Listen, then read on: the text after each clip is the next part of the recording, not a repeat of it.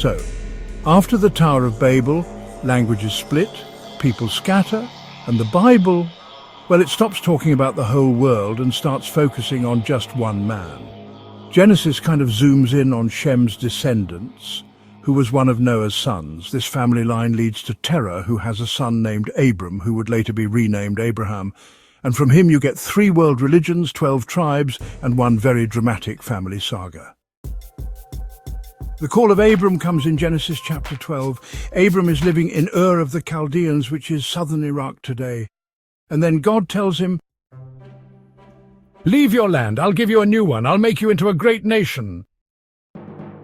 He listens, moves to Canaan. This moment is honestly massive. Jews call him the first patriarch. Christians see him as the father of faith. Muslims call him Ibrahim, a great prophet. And Rastafari even link him to Ethiopia's royal roots.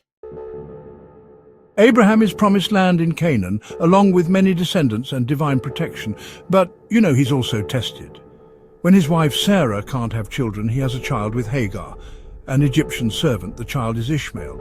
Later, Sarah miraculously gives birth to Isaac.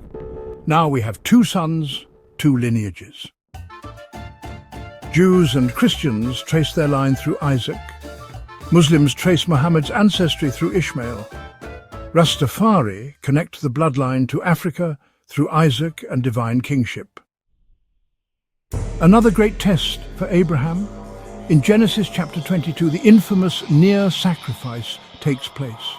Abraham is told by God to sacrifice Isaac. In Islamic tradition, it's Ishmael that was to be sacrificed. Either way, the point is, it's faith under pressure. Whichever way, the knife was raised by Abraham, God intervened and faith was proven, legacy is locked in. Isaac and Rebekah, chapter 24. Isaac grows up and marries Rebekah. The Hebrew Bible says, "Vaibieha Yitzhak ha'ohela shara aimvo vayika et Ribka vatilvo laisha vayehabeha vayenahem Yitzhak ahare aimvo." The translation is, "And Isaac brought her into the tent of Sarah his mother, and he took Rebekah, and she became his wife. And he loved her, and Isaac was comforted after his mother's death." This is the first time in the Bible that it said a man loved his wife, highlighting a tender emotional bond that's not emphasized in the stories of Abraham and Sarah, or even Jacob and his wives initially. They have twin sons, Esau, a rugged hunter, and Jacob, quiet and cunning, a bit of a manipulator. Jacob tricks his father into giving him the firstborn blessing. Esau, understandably, wants blood. Jacob runs. This is the start of another transformation. On the run, Jacob dreams of a ladder to heaven in Genesis chapter 28 and hears God's promise. He ends up marrying 2 sisters, Leah and Rachel, and through them and their maidservants, he fathers 12 sons. These become the 12 tribes of Israel. In Islam, Yaqub or Jacob is a prophet. In Jewish tradition, he is renamed Israel after wrestling with a mysterious being.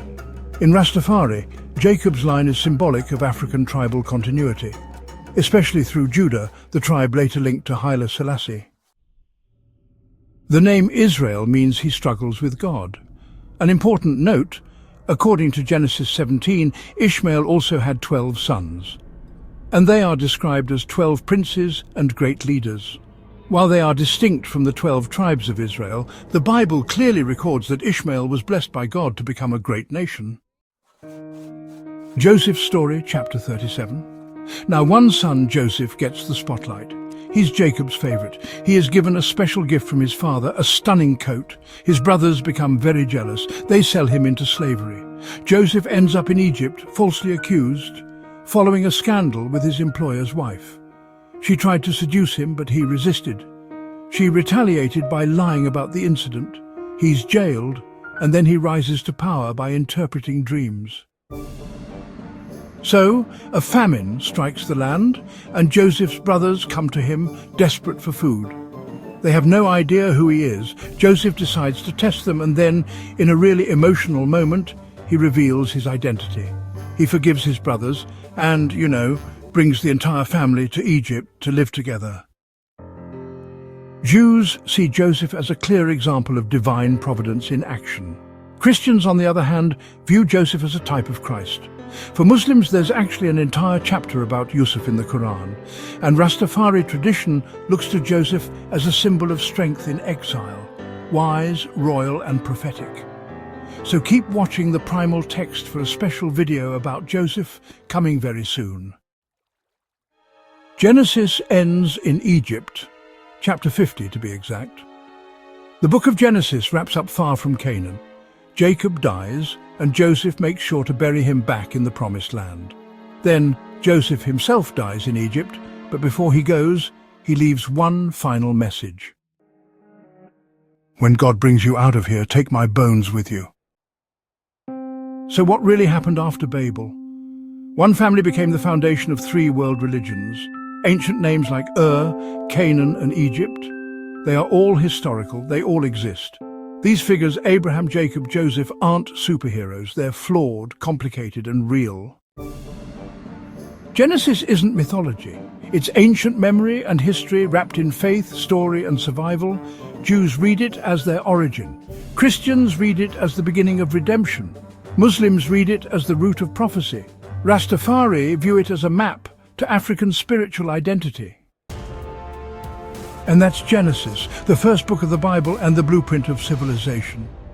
Up next, Exodus, slavery, plagues, revolution. If you want ancient truth, subscribe to the primal text. Are you ready?